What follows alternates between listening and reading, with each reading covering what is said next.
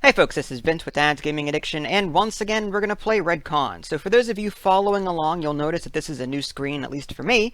I finally managed to beat the 99% level. Now, I didn't commentate while I was recording, just mainly because, to be honest with you, it took me 15 attempts and over 3 hours to do it. So, yeah. I just had to try so many different things, and commentating on the same level over and over and over and over again was starting to wear thin on me. So, what the following is going to be is the video of me actually beating it, but I'm going to be shortening it up a bit and commentating here and there. So it's going to be an edited video with some commentary. So I'm going to get my plugs out of the way now. If you haven't already, subscribed to my YouTube channel and check out my official website, www.dadsgamingaddiction.com. So without further ado, enjoy the show.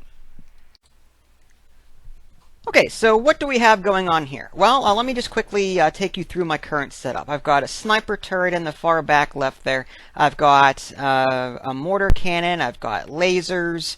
I have, I think, an alabaster cannon toward the middle right there. I've got a signal scrambler, power core, it's a nuclear one, I think, radar dish, shields, and some defenses. Now, I took out my nuclear ICBM just because I couldn't get it to fire. Either I was getting it ready, but couldn't take out his defenses quick enough, and because his signal scrambler would turn it around and destroy me, his defenses would knock it out of the sky before it could have a chance to land. So I took it out altogether and decided to try something different. Someone actually commentated the strategy of just blowing up his power core over and over and over again, and that's something I thought about doing, to be honest. Yeah, that's what I did in this video. It took a while. So what I'm going to do is I'm going to fast forward things a little bit here. Basically, my goal was use my two powerful lasers, the one on the top and one on the bottom, target his power core, and knock it out. That's the first thing I did. And then after that, I would use one of my heavy lasers and one of my light lasers, because whenever they repair it, it's only at about half health. So you don't need both heavy lasers again to knock it out. You only need one large one and one small one. And then I could use my other laser for something else. So I was just sort of targeting various things here and just winging it. And you'll notice I added a shield as well. That's not something I had in the previous videos. And this is important too. The shields really helped with the mortar fire, and it also helped with the Omega shots that my flak didn't manage to take out. It was tough because the computer actually did alter tactics multiple times throughout this entire video. First, they'd laser my power core, as you can see. Later on, they're going to be targeting my shield constantly. So what I'm going to do is I'm going to jump ahead a little bit here because this video is a bit long, and I'm going to show you, a little bit further into the match. Alright, so this is me 15 minutes into the match. As you can see, it's still a face-off, relatively speaking. It's just, taking his power core offline. I just did that, as you can see.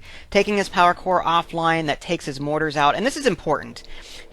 Keeping his power offline like this is keeping his mortars and his lasers offline. Now, he doesn't do that all the time. He will, again, change tactics. Like one time, he turned his mortars on and let himself basically get into the yellow in terms of ammunition to the point where it'd take a little bit longer to load everything. So he does change tactics from every now and again, so I sort of have to change tactics on my own. But as you can see here, my strategy was have my signal scrambler ready and man it whenever it's not. Whenever it is ready, I'll have those guys move on to something else, and I'll only use it when I need to. That's my last line of defense. When my flak fails me and my shields fail me, then that's when I use the signal scrambler. Now, right now, I made the mistake of not manning it, but I think I'm repairing a bunch of stuff right now. Because he does get through on occasion. When the power core is online for those brief 10-15 seconds, when I let him repair it and then I knock it back out again, but for those brief 10-15 seconds, his mortars are back online, his lasers are back online, the majority of them, so he will fire a lot at me. Okay, so he just fired an Omega. And again, sometimes the flak works, sometimes it doesn't. As you just saw, having that shield there definitely saved my butt because my signal scrambler wasn't ready yet. Here, he's still focusing on my power core. So, yeah, this is This is going to go on for a while, so I'm going to cut again here. I did switch over to neurotoxin in the hopes of on my alabaster cannon, in the hopes of trying to stun him and get him in the same room as the stun and the neurotoxin and knock out some of his guys. That's basically what I've been doing, using the power core explosions to knock everything, just to cause an explosion, knock out his guys. At the moment, he's down to maybe 1, 2, 3, 4, 5, 6, about 8 or so, about 8 personnel. He started with about 16 or 17. So the strategy of taking out the power core repeatedly does work, and it takes out like 1 or 2 guys every time it happens. So you sort of have to sit in for the long haul whenever you go with this strategy. But let me go ahead and cut ahead again, and we'll show you more of the later stuff. Okay, so this is me about 30 minutes in. As you can see, he's in a bit of trouble there. I'm, for the most part, still okay. I do have a fire on my power core there. I will see that eventually and repair it, but my goal right now is to use my mortar cannon, make him use his signal scrambler like I just did. I have my sniper turret set to stun, and I've got my alabaster turret set to neurotoxin. And my goal is basically to try and, again, stun with make him use his signal scrambler with my mortar, and then use the sniper and the alabaster turret at the same time, stun everyone, and use that toxin to kill people. And that's what I did in this as well. I targeted his lower Omega cannon because it was the most accessible and away from the defensive fire. The only thing that was nearby was the cannon on the far left there. Wasn't a laser or not flak, it was just the regular standard cannon. And I'm using my laser right now to put pressure on a shield. Signal scrambler, yeah, trying to keep the signal scrambler offline was very difficult to do. So what am I doing right now? It looks like I used my lasers to take down his shield, and that's when I used the stun neurotoxin combo. But I don't know when that happened, honestly. I mean, again, it was a very long battle. I think it may have already happened once, because his guys are hurting, as you can see. Okay, I think I'm about... Okay, I fired my neurotoxin here, and yeah, that was actually pretty devastating for him. It caused a fire in a shield room. Well, I started the fire in a shield room, then my neurotoxin had a 65% chance of hitting, and it did hit, so that's not going to be able to be repaired for a while. And this is where things actually started going downhill for him. So, yeah, it was a rough battle, let me tell you. Okay, I stunned him there, but unfortunately I couldn't do much else with it because I didn't have anything else ready. No, I lasered him here. There we go, and that should hopefully fry him. I think it will. There we go. Yep, it fried him. So taking out all of his guys seemed to be what worked, but it took forever, just because there were so many of them. So I'm going to go ahead and cut toward the end here and show you what the end of the level looks like. Okay, so at this point in time, as you can see, he's on fire, and he has no one left to really protect him. Now, there is a danger here. Even though it looks like it's over, it's really not. With so many rooms now destroyed, he has the power necessary to keep his Omega cannons online, and his mortars online, and his lasers online.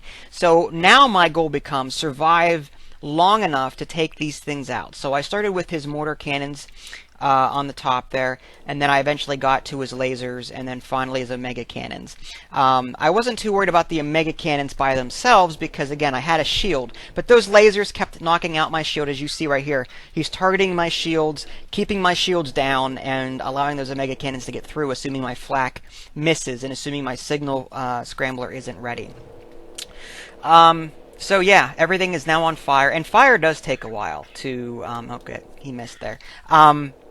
Yes, the fire does take a while to actually damage the room, especially when the fire is in like the Omega cannon room. It'll take forever to knock down the health of that. So you still have to pelt it with other things. And here I think I switched my alabaster cannon from neurotoxin to what is that? The fire one. The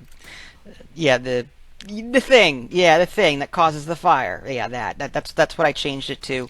Just because the neurotoxin wasn't doing anyone any good anymore. Just because I was, there's no one left alive. The fire does damage to the rooms, and the other one does not. Now, his Omega Cannon did get through here because I guess my signal scrambler either wasn't ready or I wasn't paying attention.